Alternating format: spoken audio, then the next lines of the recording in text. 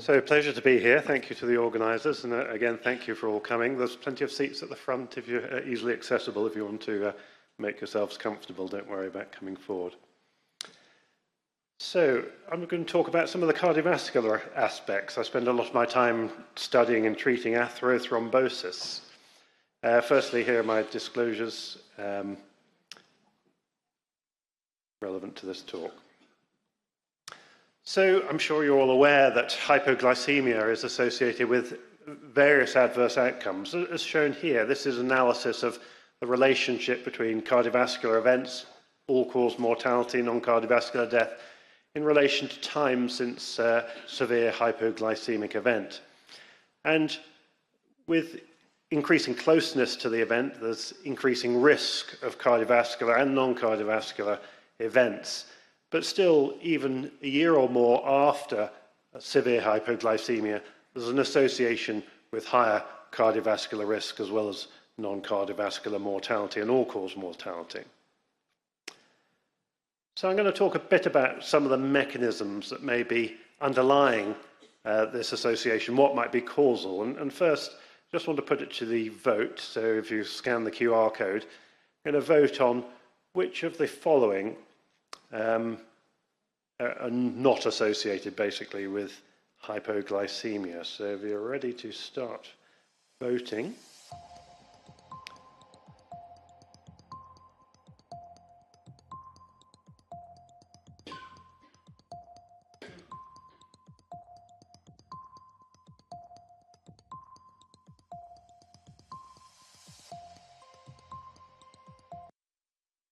Okay, so we've got majority choosing the correct answer, which is it's not associated with reduced stomach acidity. And I'm going to talk a bit about these other things that are associated with hypoglycemia, apart from the obvious, which you all knew, that confusion may be caused by hypoglycemia.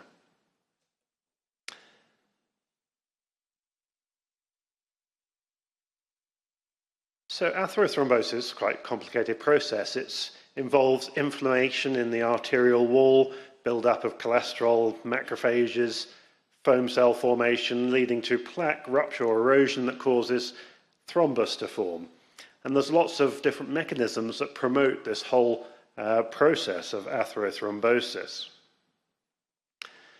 Now, in an experimental model of hypoglycemia here in Sheffield, we showed that hypoglycemia, compared to a euglycemic control clamp model, was associated with reduced clot lysis potential in an in vitro assay of looking at clot lysis. So insulin tends to improve the lysis of clots, whereas hypoglycemia leads to impaired clot lysis with denser fibrin clot formation. In addition, hypoglycemia was associated with increased platelet reactivity, this being a little bit more transient, related to increased catecholamine levels, and catecholamines increase platelet reactivity. And these factors, reduced clot lysis and increased platelet reactivity, can cause a shift when we get this plaque rupture from non-occlusion of the artery to complete occlusion of our artery. And it's complete occlusion of coronary arteries that tend to cause ST elevation, myocardial infarction, more likely to cause sudden death. Whereas other things like platelet inhibition, fibrinolysis, anticoagulation shift the balance away from this complete arterial occlusion. Now, in a large study of patients who'd had acute coronary syndromes, this was a Plato study, we looked at fibrin clot lysis and showed that it independently predicted cardiovascular mortality at 1 year, both in the whole group and particularly in diabetes patients who more commonly have impaired clot lysis. And this was an independent predictor taking into account all the known strong cardiovascular biomarkers as well as clinical risk factors for cardiovascular mortality. What about inflammation, this other side to atherothrombosis? So here again, in a clamp model, we showed on the left this was increase in white blood cell count.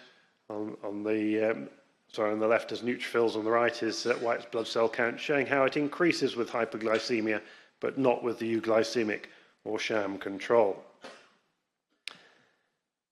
And white blood cell count as an inflammatory marker also associated with cardiovascular mortality.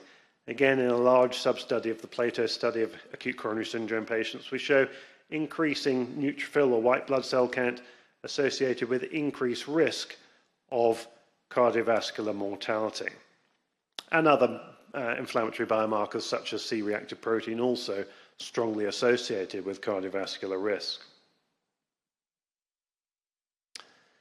And then arrhythmia. So here was a study looking at glucose levels over time and the QT interval on the ECG. And this study showed an example of hypoglycemia overnight, severe hypoglycemia leading to prolongation of the QT interval, which is an important risk factor for ventricular tachyarrhythmia and sudden cardiac death. What do the guidelines say? So I'll just show you the European Society of Cardiology guidance. So this gives a class 1 recommendation for avoiding hypoglycemia, particularly in patients with cardiovascular disease, and a 2A recommendation for tight glycemic control in reducing coronary artery disease in the long term, preferably using agents with proven cardiovascular benefit. So I'm going to tell you a bit about the Liberates trial design. This was led by Ramsey, and we looked at patients with type 2 diabetes treated with sulfonylurea and or insulin who'd had a myocardial infarction within the last 5 days. And they were randomized to the standard arm of finger prick blood glucose monitoring, but also they had a blinded Freestyle Libre Pro glucose monitor over 2 weekly periods. And the intervention arm, which was the Freestyle Libre flash glucose monitoring and AGP readings, device worn from the start of the study till the end of the 3 months. And the glycemic control reviewed and diabetes treatment decisions made according to guidelines at day 15, day 30, day 76 and day 91. And then we analysed the data from both of the monitoring systems.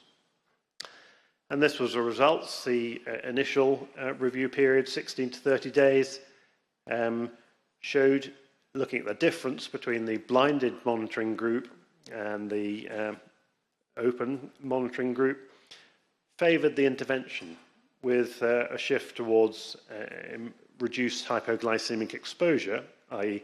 glucose level less than 3.0 millimoles per litre, both in the whole group and those with baseline insulin or no insulin. And then the later monitoring period shows even stronger effect in the whole group overall, and particularly in those on sulfonylureas.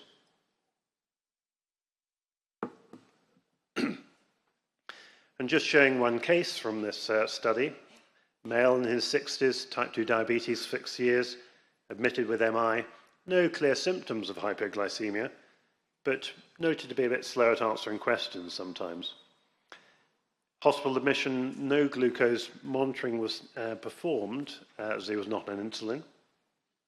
And at admission, he was taking gliclazide, 80 milligrams twice daily, metformin, 1 gram twice daily, sitagliptin, and usual cardiovascular preventive treatments. And then when his AGP was reviewed on the monitor, capillary glucose testing was performed, confirming hypoglycemia, leading to cessation of his gliclazide.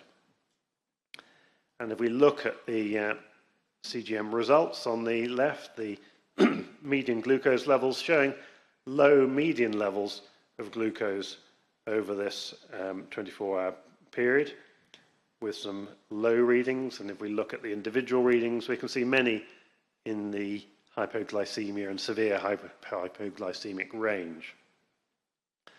So this is very useful in terms of flagging up this, these very low levels. He was overtreated.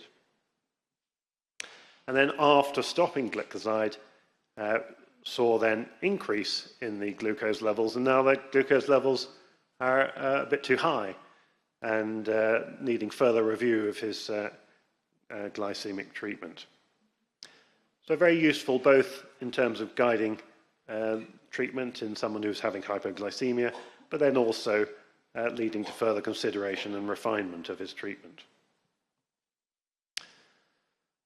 But what is the evidence that time in range is associated with cardiovascular risk? Well, this study of over 6,000 patients followed up for nearly 7 years showed that those with highest time in range, more than 85%, did better in terms of all-cause or cardiovascular mortality. So using the high time in range group as a reference, and then looking at those with less time in range, with reducing time in range, the risk of cardiovascular mortality and all-cause mortality steadily increased, and those with time in range less than 50% had the highest all-cause and cardiovascular mortality. So each 10% reduction in time in range was associated with an 8% increase in all-cause mortality, 5% increase in cardiovascular death.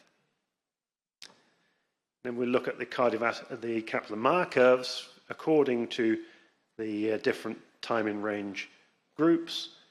Those with time in range less than 50% had the worst survival over up to 12 years of follow-up, compared to those with time in range more than 85% who had the best all-cause and cardiovascular mortality over this time period.